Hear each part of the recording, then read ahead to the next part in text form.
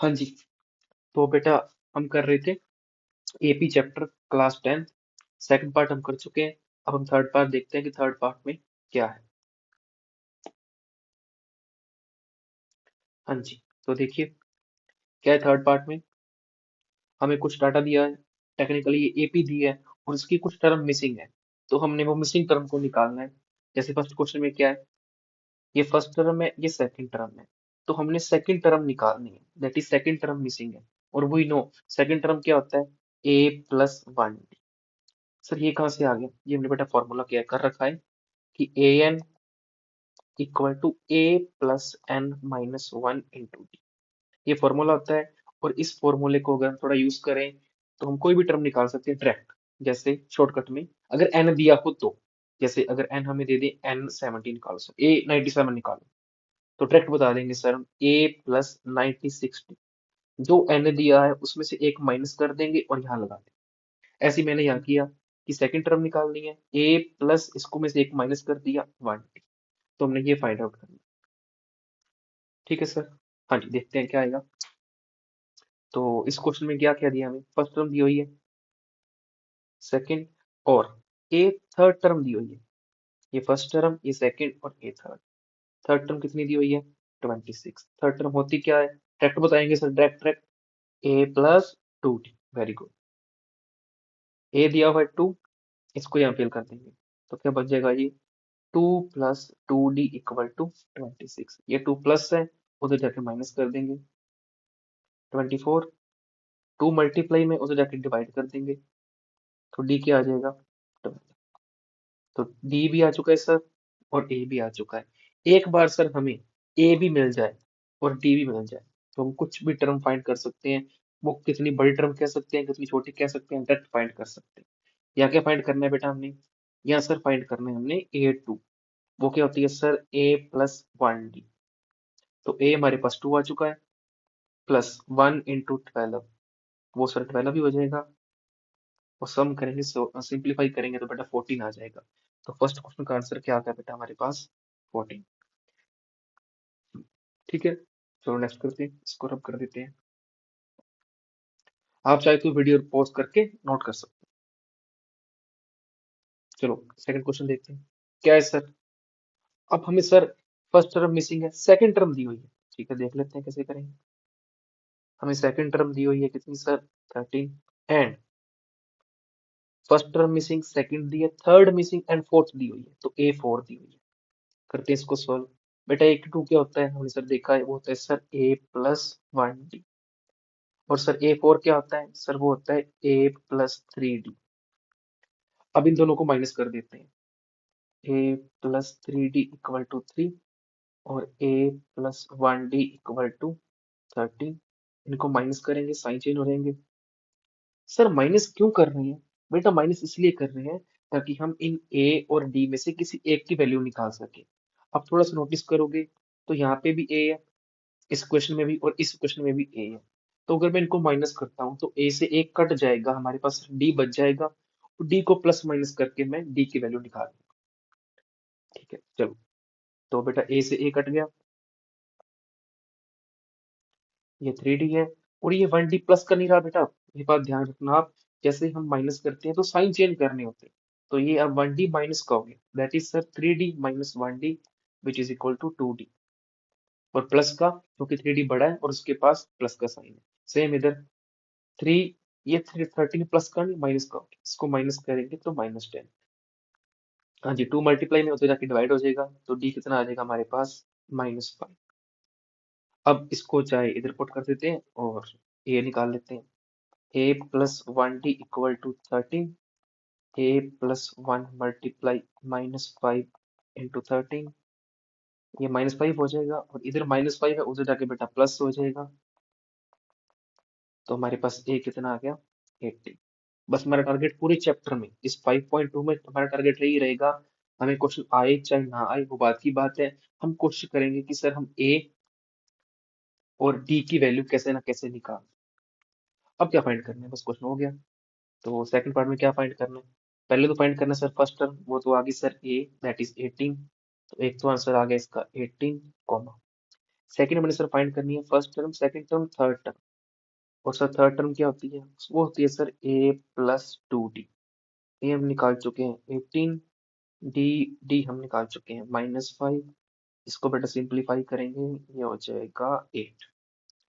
तो first answer आ गया बेटा हमारा 18 और सेकंड आंसर आ गया 8। चलो थर्ड क्वेश्चन करते हैं। आप इसको नोट करना चाहते हैं तो कर लीजिए, मैं रब कर देता हूँ।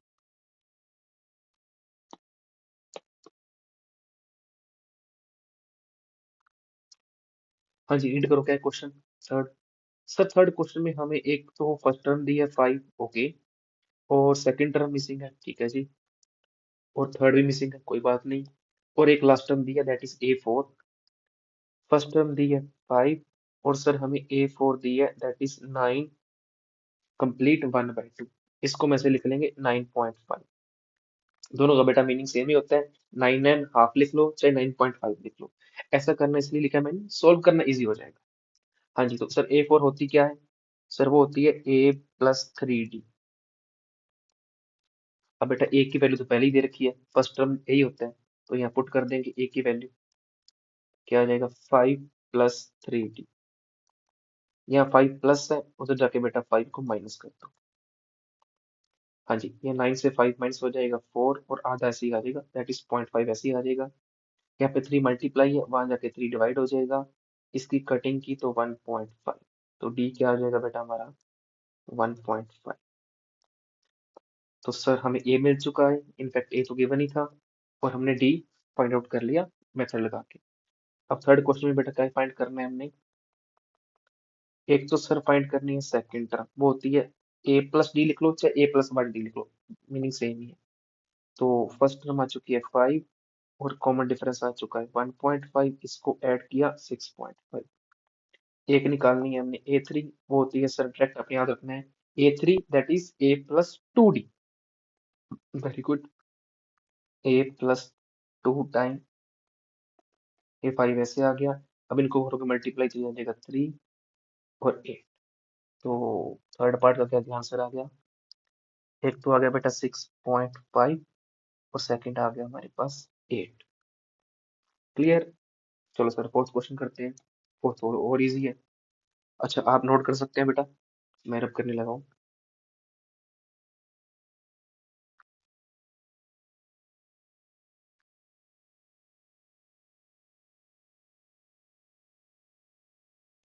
हाँ जी, तो देखो बेटा फोर्थ क्वेश्चन क्या है, वो भी इजी है। हमें फर्स्ट टर्म दी है सर -4, ठीक है, और बिल्कुल लास्ट टर्म दी है 6। लास्ट टर्म कौन सी काउंट करो? 2, 3, 4, 5, 6। तो हमें सिक्स टर्म दी है बेटा 6। हाँ जी, a6 क्या होता है? मैंने बताया था कि जो आपको टर्म दी हो n, लाइक an दी हो, तो आपने बस n-1 लिख देना है।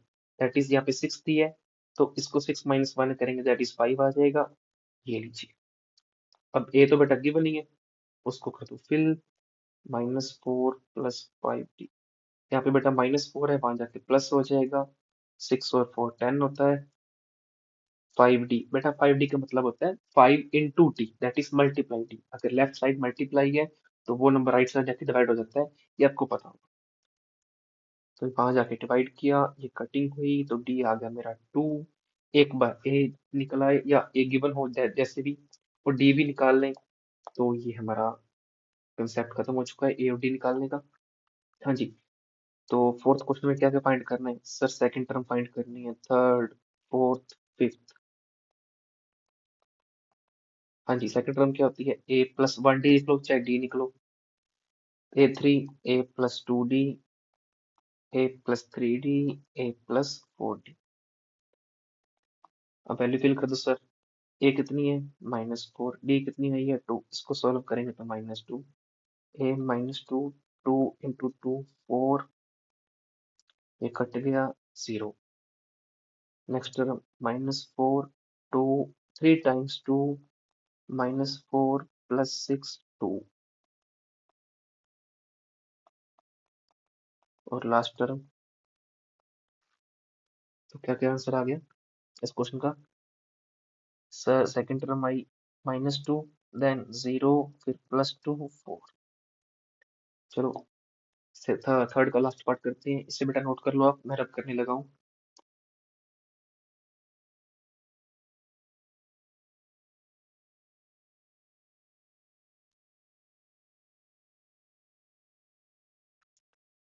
जी बेटा, देखो क्या है लास्ट पार्ट। हमें सेकंड टर्म दी है, वो कितनी दी है, 38। और हमने हमें first second third fourth fifth six term दी हुई है, विच इज -22। तो सेकंड टर्म क्या होती है, ए प्लस, और सिक्स टर्म क्या होती है, a plus 5d। Very good.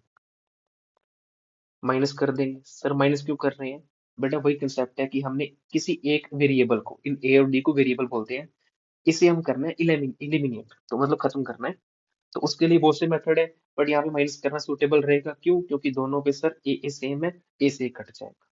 Okay sir, एक कोर्स आप याद रखना आप, जैसे बोलता हूँ मैं माइनस करना, माइनस करने का मीनिंग होता है साइन चेंज करना। जैसे यहाँ पे कोई साइन नहीं था, मतलब बाई डिफॉल्ट प्लस था तो मैंने माइनस कर दिया, ठीक है।